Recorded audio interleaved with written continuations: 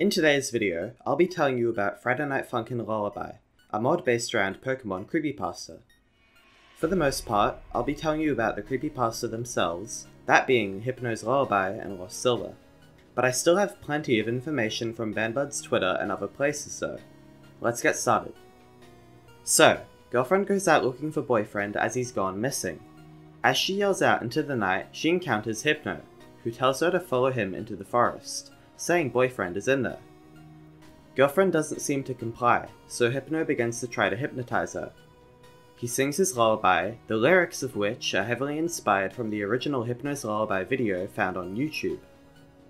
What is Hypno's Lullaby though? Well, the Pokédex entry for Hypno in Pokémon Fire Red reads as follows. It carries a pendulum-like device. There was once an incident in which it took away a child it hypnotized. I bet Nintendo regrets adding that nowadays. I say that because this entry inspired, well, Hypno's Lullaby, a simple creepypasta in the form of a song, where Hypno entices children to come with him into the forest forever, leaving their families behind. The FNF version for the mod switches around some lyrics and has some unique ones too. Some examples of changing lyrics are children becoming girlfriend, families becoming father, and now you'll stay with me forever becoming resisting me only makes me better. Speaking of Hypno becoming stronger, his second phase is quite disturbing. You may be wondering as to why Hypno looks like this all of a sudden. Well, Banbuds said in his Q&A that all of Hypno's power went into his head, this causing his body to go limp, as he is a psychic type and in order to push through and take down girlfriend, he had to make his mind as strong as possible.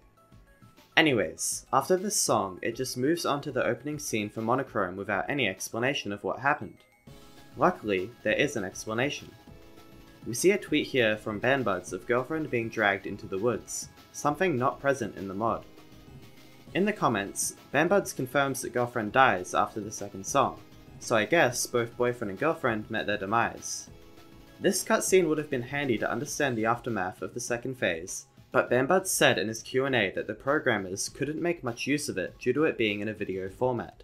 He also said that girlfriend being taken away was inevitable due to Hypno's immense power. She isn't really dead, but both her and boyfriend are basically gone. He wouldn't specify what happens to them next, so we can never really be certain. Huh, that conflicts with this though. Maybe a last minute change, I guess? Before I move on to the dead guy, let me tell you all the other info I've gathered about Hypno and such. On the Game Banana download page for the mod, the opening cutscene is described. There's a strange detail here though. It says, there's also a weird looking building that she's never seen here before. This is likely the Pokémon Center we see in the background that seems to be in ruins. What this implies is that girlfriend entered the Pokémon world in a similar way to Week 6 without knowing and doesn't have a clue as to where she is. Or Hypno and the Pokémon Center have appeared in the Funkin world. The first option is more likely, as Banbuds made a tweet specifying that not all of the Hypno are bad, only the one girlfriend encountered is. This basically confirming girlfriend is in the full-on world of Pokémon. Anyways, when Hypno puts out his hand and causes a pink flash, you may be wondering what move he is performing. Someone posed this question to Banbuds, and he responded saying it's closer to confusion, but he calls it Psyshock as Hypno is doing it to boost girlfriend's trance. Next, what's up with girlfriend's wacky poses? Well, Banbuds understands the base game lore in that both boyfriend and girlfriend are absolute idiots, so that's why he made her have such a goofy feeling. And lastly, this is canon. Quite fitting for girlfriend's cluelessness towards everything that happened. I'm dead. Now it's time to talk about this guy here, Gold. The creepypasta that this appearance of him is from is called Lost Silver, a strange story about someone buying a used copy of Pokémon Silver only to encounter the horrors found within. The story is quite lengthy, so let me summarize it for you the best I can, skipping over a few details. Feel free to skip to the timestamp on screen if you know what happens already.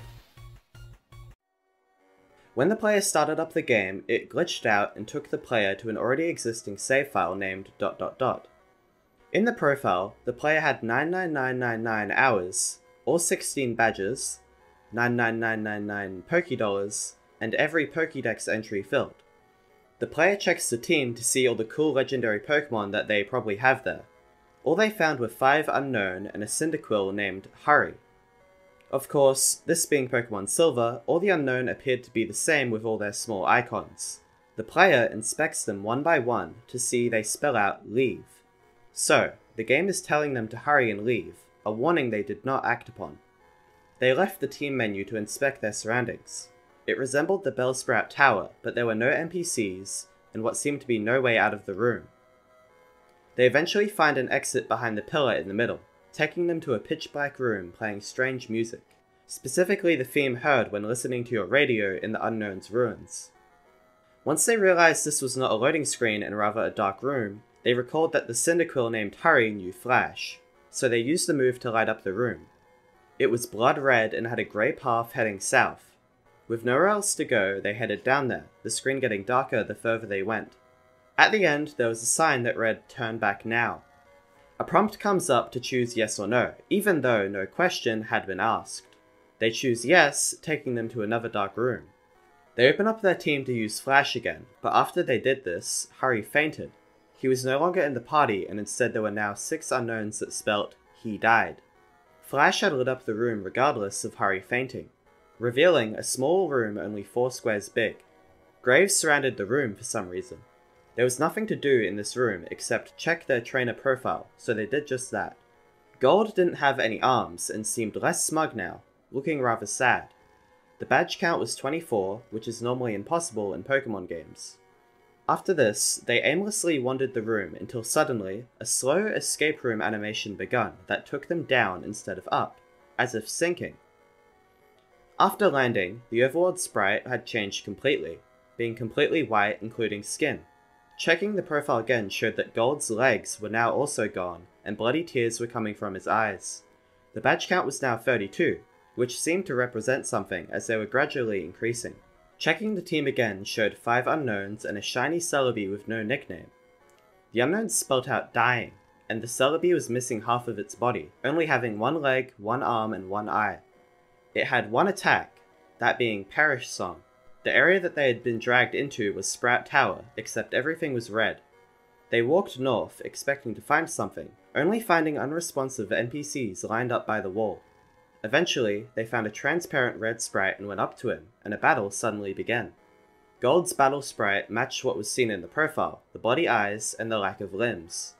Red sprite was the same, except for having a transparent appearance. Text appeared saying, "Wants to battle," suggesting this red was nameless. The battle began with both of them only having 1 Pokemon, the unknowns now being gone. The shiny Celebi was sent out, and the red sent out a level 255 Pikachu that was crying. There was only an option available to fight, so they chose to only attack, Perish Song. Pikachu went first as he had a higher level, doing the Curse attack which lowered his speed and increased the other stats. Celebi used Perish Song, a move that causes both Pokemon to faint after 3 turns have passed. The battle continued by itself for some reason. Pikachu used Flail, which didn't do much damage despite his high level. Celebi used Perish Song again, but nothing happened as it had already been used. Pikachu used Frustration, a move that does more damage the more the Pokemon hates its trainer. In this case, it took Celebi all the way down to 10 health. Celebi somehow used Pain Split despite only having Perish Song previously, causing both it and Pikachu to have half health. Pikachu used Mean Look, which did nothing. And then, due to Perish Song, Celebi fainted, or rather, died. Instead of dropping back like the normal faint animation, Celebi simply vanished after the battle text said it was dead. Pikachu was still alive somehow though, and used Destiny Bond. After that, it said Pikachu had died, and he faded out. The red sprite returned and simply said a lot of dots. For some reason, he was beheaded. The battle was over. Back in the overworld, Gold was now just as transparent as Red was. Returning to the profile, only the head remained, and it was zoomed in a bit, showing his eyes were simply a black void. The badge count was now 40. Returning to the team menu showed 6 unknowns, which spelled no more. The area in the overworld they had returned to was the start of the game in New Barktown. They went downstairs only to find nothing. Attempting to go outside just led them into a void which they began to walk through. Eventually they reach a normal version of the Gold sprite and speak to it. He says, "Goodbye forever," and vanishes. Suddenly, text appears saying used nightmare, and the ghost gold was dragged down once more. They had returned to the grave room from before, except there was no sprite to wander the room with anymore. The player profile showed no signs of gold, the badge count was 0, and the badge's pages was filled with skulls. Checking, the team revealed 6 unknowns, which spelled, "I'm dead." Going back to the overworld revealed the final line of text, "Rest in peace." This room was a big grave surrounded by other graves, symbolizing Gold's death. He had died a few years after defeating Red. He had been a young trainer who, despite going through all the effort to collect so many badges to become a Pokemon Master, couldn't escape the inevitability of death. Well, that's all. That's Lost Silver. Quite an interesting story for being so simple. Now, we can compare it to how Banbuds represented it in Friday Night Funkin. The song begins with the phrase, "I'm dead," the last thing the unknowns spelt out. Throughout the song, unknown text appears that you have to translate and type out to survive, this referencing the constant use of unknowns throughout the creepypasta. The cut-in-half Celebi appears 3 times in the song to sing Perish Song, the melody playing in the instrumental when it appears. Each time this happens, Boyfriend's max health on the bar decreases, leaving less opportunity to miss notes. Realistically, the 3rd Perish Song should have left Boyfriend dead, but there's no fun in that really. Perhaps he died after the song, and it was a similar situation to Pikachu, who continued to fight after the Perish Song was up. You may be wondering what happens when Boyfriend dies to Gold during the song. Well, bringing up Banbuds' Q&A again, he said that Gold isn't really a villain, and that the Gold we see here is just an aftermath of all the events of Lost Silver, just a dead husk being controlled by Unknown. Boyfriend doesn't even really die, as Gold just returns to the shadows when you lose. This would also explain why the Celebi doesn't look like a shiny Celebi and looks dead and decayed, because well, if it's the aftermath of everything, then it's obviously going to look like that, dead, after it died with the battle with Red. Okay, on to the last thing in the mod, Missing No.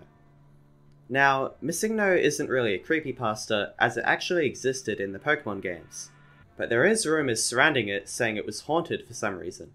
Realistically, Missing No was likely an experimental Pokemon that got deleted and had remnants of it left over, as it has the bird type, a type that doesn't exist for Pokemon and was likely replaced by the flying type. The way the battle is accessed in the mod is a neat reference to how Missing No could be found in Pokemon Red and Blue, that being by surfing up and down the coastline, and in the mod, surfing between story, free play, and options. During the song, Missing No makes glitchy noises that make the notes go across the screen, this referencing the glitchy nature of this era Pokemon. The sprites themselves reference the forms that Missing No appeared in, the most well known being the main sprite. Up shows the Aerodactyl, down shows the yellow Missing No, left shows the Kabutops, and right shows the ghost Missing No. Well, there isn't much else to be said about Missing No, so I guess that's all there is to Friday Night Funkin Lullaby. I hope you enjoyed today's video. If you found it informative, consider subscribing. Alright, bye now.